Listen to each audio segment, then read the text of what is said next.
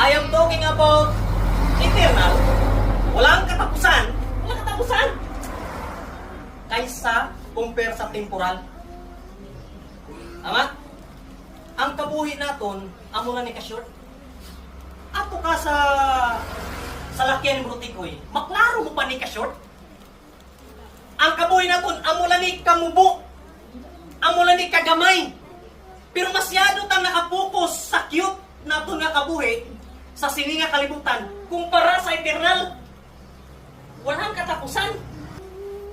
Di ba? Dirita nakapokus. Di ba? Pagkabata mo, nag-eskwela ka. Tapos pag-eskwela mo, gikaon mong mga lapis mo, ikakapasar. No? Nag-college ka. Nagkanubyo, nagkanubya. No? Nagkabata, nagkatigulang. Wala ka na para sa Diyos. Bibi, 20 ka lang, tigo ka na. 20, diri ka na. Duha pa katuan nato, langit kag impyerno. Eternal na siya mga utod.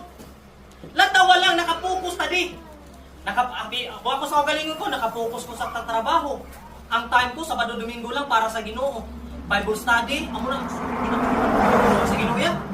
Batian pa man da? Kasi batian. Nakunting da. Di ba? Batian ganyan sa kaingalan walang microphone ka na po sa simbahan. Oh. Dirita nakapokus mga utod ko. Lantawa lang iprepara sa Dios nga kabuhi. Hindi ko pwedeng maitad. Kung imutan ko ni sa wala po titos kang nanay nga igiyaan na tulog-tulog tos nanay ligato natag ko.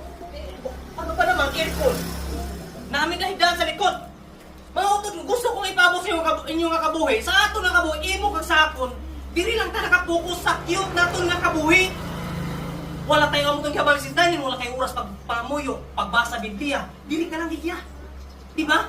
Tapos sa pag-eskwela mo, puro ka lang nubyo-nubya. Tapos sa pagkanubyo-nubya mo, gibiyaan ka. Tapos sa pagbiyaan mo, nagbusong ka naman o nakapabusong ka. Tapos gusto ka manegosyo, failure naman. Dili lang cute. Dili lang tanan.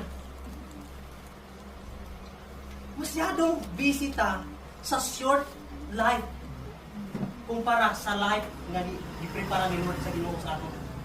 Nagpakamatay para sa imo kag sakon. Promisa ni Lord Sino gini si Lord man? Gabisan kapila ta makasala, ginapatawad gyapon ta niya.